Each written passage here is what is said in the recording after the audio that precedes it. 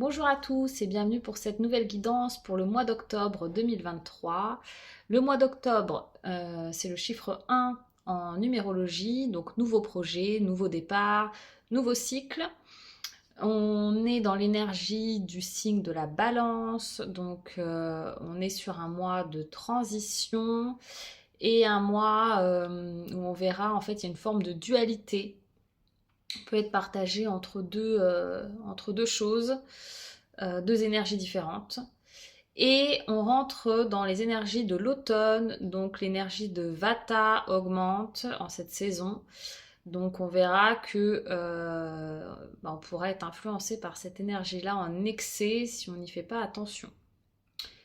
Donc on va commencer par ça, justement. Vata, c'est quoi? Vata, c'est l'énergie composée des éléments air et éther en Ayurveda.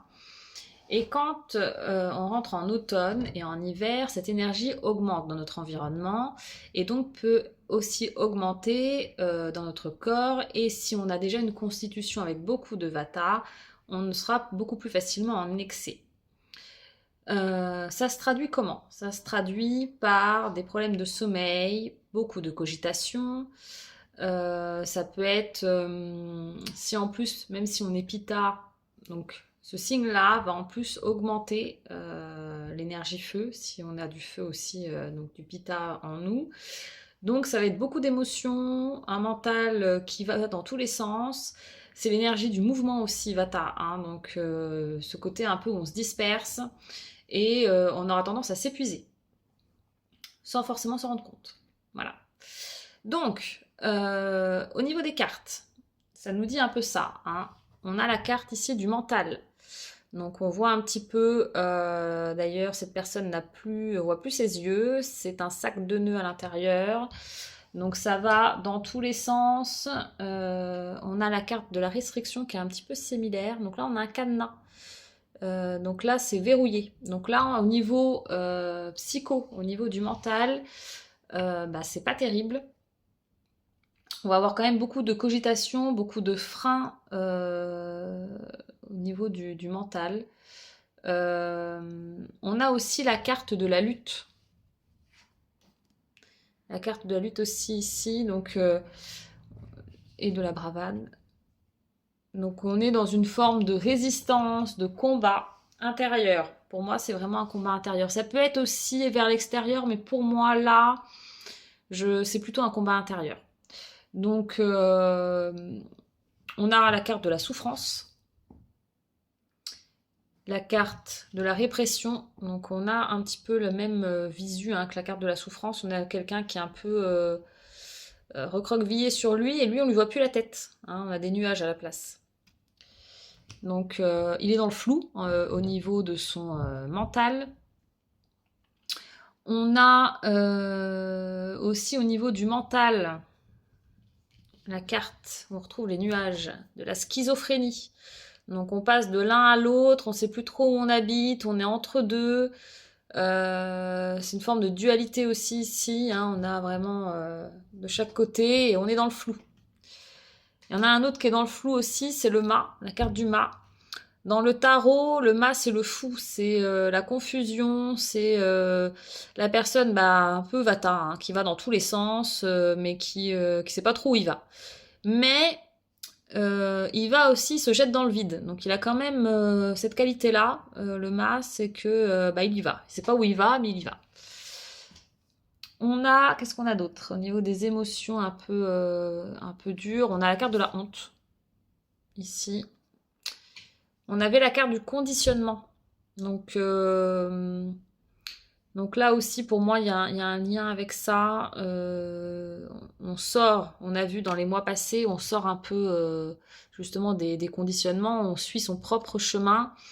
Donc là, peut-être que c'est des choses qui reviennent, justement au niveau du mental, à se dire, ok, mais là en fait, est-ce que c'est le bon chemin? Est-ce que je ne devrais pas retourner dans mes anciennes croyances?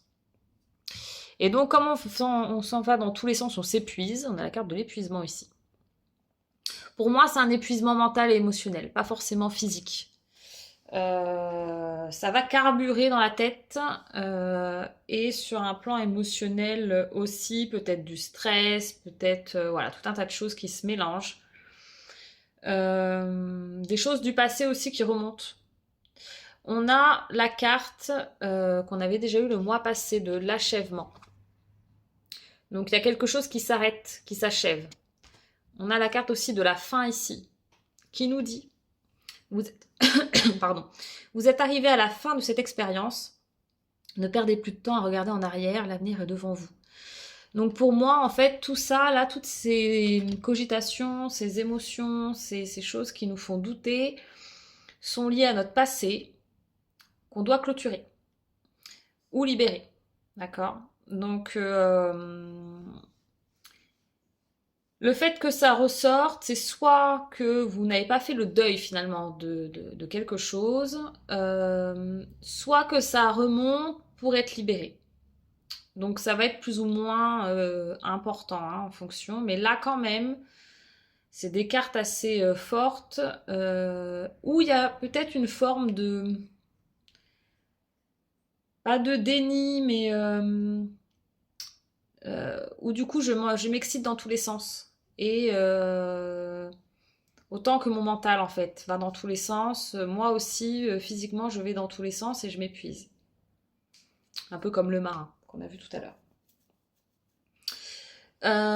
Donc bah, faut prendre conscience un petit peu de tout ça, observer ses pensées, ses émotions, de quoi, à quoi ça se rapporte, pourquoi je ressens ça, pourquoi je pense à ça, pourquoi, voilà, qu'est-ce qui se passe à l'intérieur et qu'est-ce que ça évoque. Ça c'est important de le faire, surtout pour libérer, pour éviter de subir toutes ces émotions, toutes ces pensées. Il va falloir aller creuser un petit peu et voir ben d'où ça vient et pourquoi on ressent ça. C'est la seule manière de ne plus subir ce qu'on ressent. Hein. C'est d'aller désamorcer tout ça. Dans le positif, on a la carte quand même donc des nouveaux projets. Hein, on l'a vu, octobre, nouveau cycle, nouveau projet. Et la carte de l'épanouissement, donc projet plutôt positif. Donc vous êtes sur le bon chemin. Simplement, la transition peut être compliquée. Des fois, on a l'impression que c'est ok, puis des fois, il y a des choses qui remontent et qui nous mettent dans le doute, et on a besoin d'aller creuser pour libérer ça et d'avancer un peu plus sereinement. On a la carte de la réceptivité. Donc soyez ouverts. Évitez de vous recroqueviller comme lui. Là, on en a plusieurs d'ailleurs des recroquevillés hein, dans ce tirage. C'est assez intéressant. On a les trois là, ils sont complètement renfermés. D'ailleurs, on a lui aussi. Carte de la honte là où il est. Donc évitez ça. Ouvrez-vous. Soyez réceptifs à ce qui arrive, les nouvelles opportunités, les changements qui sont en cours, voire même qui ont déjà été faits. Donc voilà, restez ouverts, ne vous refermez pas dans vos doutes et dans vos peurs. Et participez à ce qui arrive. On a la carte de la participation ici. On a deux fleurs en fait bien ouvertes. Donc comme ces fleurs, restez ouverts, restez réceptifs à ce qui arrive et participez aux opportunités que vous avez. C'est ce qui va vous permettre d'avancer sereinement. Et derrière, on a la carte. Alors, on a plusieurs cartes derrière.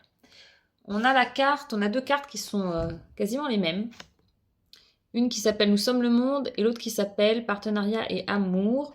Pour moi, c'est en lien avec le relationnel, mais avec le groupe. On a vraiment cette notion de groupe, de communauté. Alors, communauté au sens large du terme. Hein. Ça peut être simplement un groupe de personnes reliées à une activité ou reliées à une idée ou à un concept, à un projet, peu importe, ou à des croyances, etc. Mais c'est vraiment cette notion de groupe. Pour moi, ça me fait penser aussi à des retrouvailles de personnes de même famille d'âme. Donc des personnes qui vont être dans la même énergie que vous, avec qui vous allez pouvoir vous sentir soutenu, vous allez vous élever ensemble et avancer ensemble, peu importe le domaine. On a la carte de la joie. Donc la carte du plexus solaire. Donc le plexus solaire, c'est quand même en lien avec l'action. Donc pour moi, il y a vraiment cette notion de nouveaux projets. Hein. De toute façon, on avait la carte de nouveaux projets aussi, mais à travers un groupe ou à travers un groupe qui soit physique ou un peu plus distant. Mais il y a quand même cette notion d'équipe, de groupe. Et la carte de la joie, elle nous dit, vous êtes un être lumineux et solaire. Les gens qui vous entourent se sentent portés par votre rayonnement. Donc c'est pour ça que voilà, moi, je pense qu'il y a vraiment cette notion où on va se porter mais ensemble.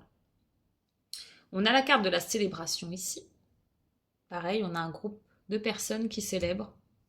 Donc pour moi, c'est pareil. On est toujours dans cette énergie cette dynamique de groupe où on crée ensemble, on développe ensemble, et on s'élève ensemble. On a la carte de la source, donc reliée au divin. Donc ça peut être des projets très, très concrets, mais ça peut être aussi juste des personnes qui partagent les mêmes valeurs, par exemple, et qui se retrouvent autour de ça. On a la carte de la guérison. Je crois qu'on l'avait déjà eu la dernière fois. Donc laisser place à l'amour.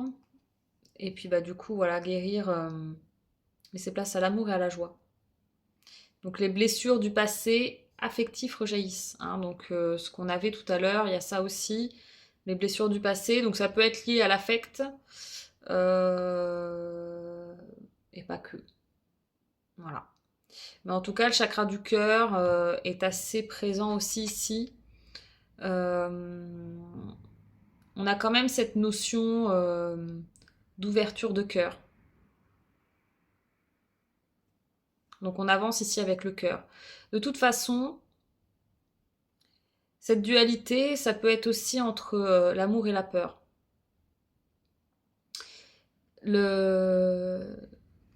L'antipode de la peur, c'est l'amour, et vice-versa.